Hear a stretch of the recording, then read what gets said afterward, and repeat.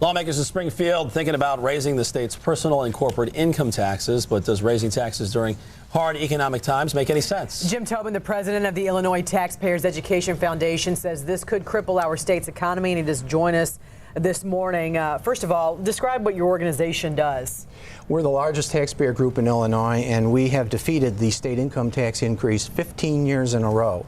This time we're up against a reform governor who wants to raise the state income tax up to 67%. This is the 16th year in a row we're fighting an income tax hike. Why and that's is what that? we do. Why is that? I mean, you actually said just in jest about the fact that Blagojevich, when he was the governor, did not want to raise this. No, he didn't.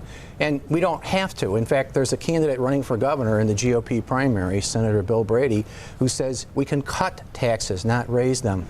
Why they want to raise the income tax is to finance their $1 million pension benefits. They get paid over 20 years. Some of them get paid multi-million-dollar pension benefits. I'll tell you what, if you're thinking about getting a job, go work for the state. My goodness, looking at these pensions. Yeah, the pensions are outrageous. There are 3,195 retired state and local government employees who get a pension over $100,000 a year. Yeah, in fact, the top earner right here gets an annual pension of $379,356. That's per year. Yep. And that's Tapas Gupta. Tapas K. Gupta of the State University Retirement System receives a retirement pension of $379,000 a year, or $31,613 a month.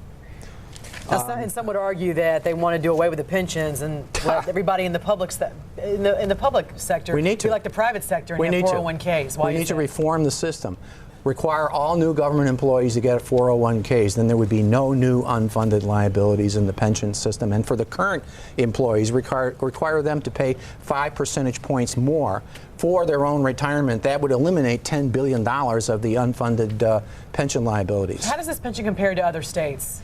I haven't done that comparison, but I do know it's outrageous. Nobody in Illinois gets these kinds of pensions in the private sector. How about this, Jim? And by the way, this is all available on your website. We're going to direct on our you to website, that. yes. But $238,000 a year. A teacher's making a pension of $238,000. Yeah, and we don't have his name because the teachers' unions won't allow the names to be public record like the state of Illinois does. And that's because, and this is happening because the unions are giving money to the governor.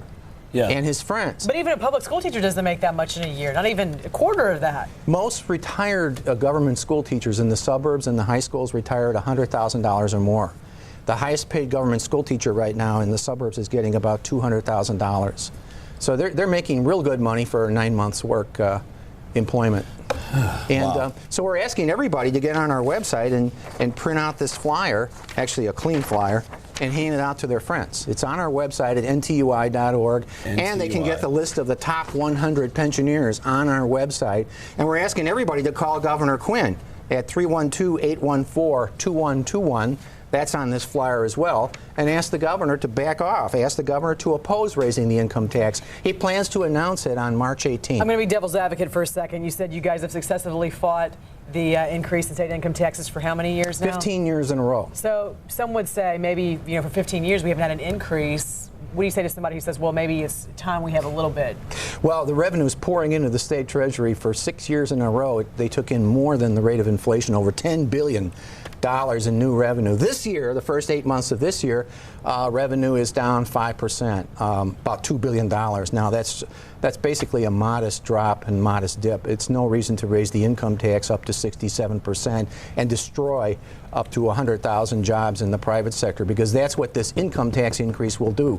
It will destroy between 50 and 100,000 jobs in the private sector, because the corporate rate would go up from 7.3 to 8.9 or 10.5, depending on how much the governor wants to steal from us. Okay, fair enough, Jim. And if you want to check out his website again, it's ntui.org,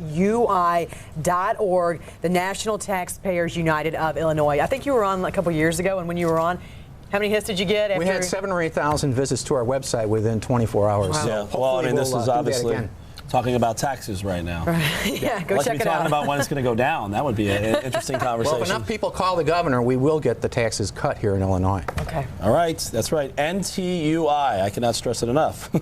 .org. City hiring sham. And